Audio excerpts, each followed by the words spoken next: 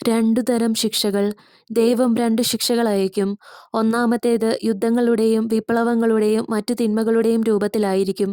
രണ്ടാമത്തെ ശിക്ഷ സ്വർഗ്ഗത്തിൽ നിന്ന് അയക്കപ്പെടുന്ന 3 ദിവസത്തെ അന്ധകാരമായിരിക്കും. അത് സംഭവിക്കുക എൻ്റെ പരമപരിശുദ്ധ കൂദാശകളുടെയും കുരിശുമരണത്തിൻ്റെയും എൻ്റെ മാതാവിൻ്റെയും ദിനങ്ങളായ വ്യാഴം, വെള്ളി, ശനി ദിവസങ്ങളിലായിരിക്കും. ആ 3 ദിവസങ്ങളിൽ ഭൂമി അന്ധകാരത്താൽ മൂടപ്പെടും.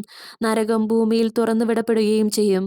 വിശ്വാസമോ എൻ്റെ ശക്തിയിൽ ശരണമോ ഇല്ലാത്തവർ ഭയം കൊണ്ട് മരിക്കത്തക്കവിധം ഇടിയും മിന്നലും സംഭവിക്കും.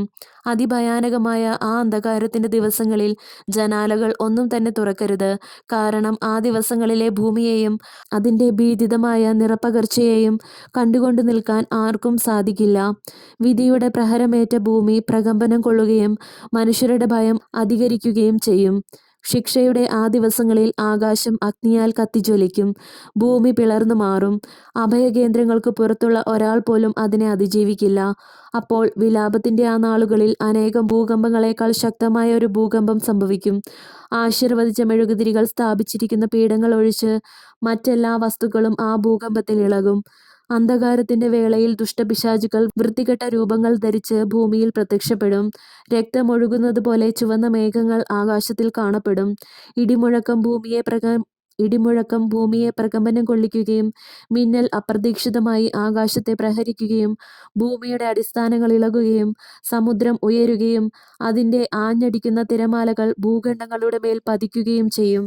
ആകാശത്തിലൂടെയും ഭൂമിയിലൂടെയും സാത്താൻ ഓടി നടക്കുന്നതിൻ്റെ അലർച്ചകൾ നിങ്ങൾ കേൾക്കും. ലൂസിഫറിൻ്റെ ശബ്ദം തന്നെ.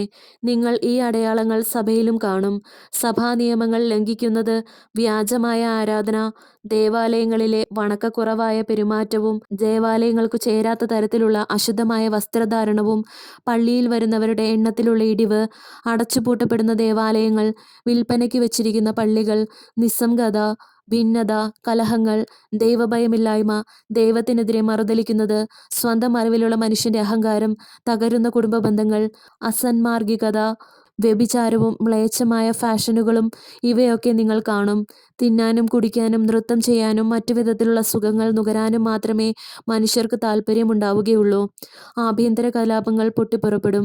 അധികാരത്തെ നിന്ദിക്കൽ, ഭരണകൂടങ്ങളുടെ പതനം, ഉയർന്ന തലങ്ങളിലുള്ള ആശയക്കുഴപ്പം, ആഭ്യന്തര യുദ്ധങ്ങൾ, വിപ്ലവങ്ങൾ എന്നിവ സംഭവിക്കും. പിന്നെ വെള്ളപ്പൊക്കങ്ങൾ, കൊടുങ്കാറ്റുകൾ, ഭൂകമ്പങ്ങൾ, ശക്തമായ തിരമാലകൾ, ക്ഷാമം, പകർച്ചവ്യാധികൾ, അജ്ഞാത രോഗങ്ങൾ എന്നിവയും വരാനിരിക്കുന്നു.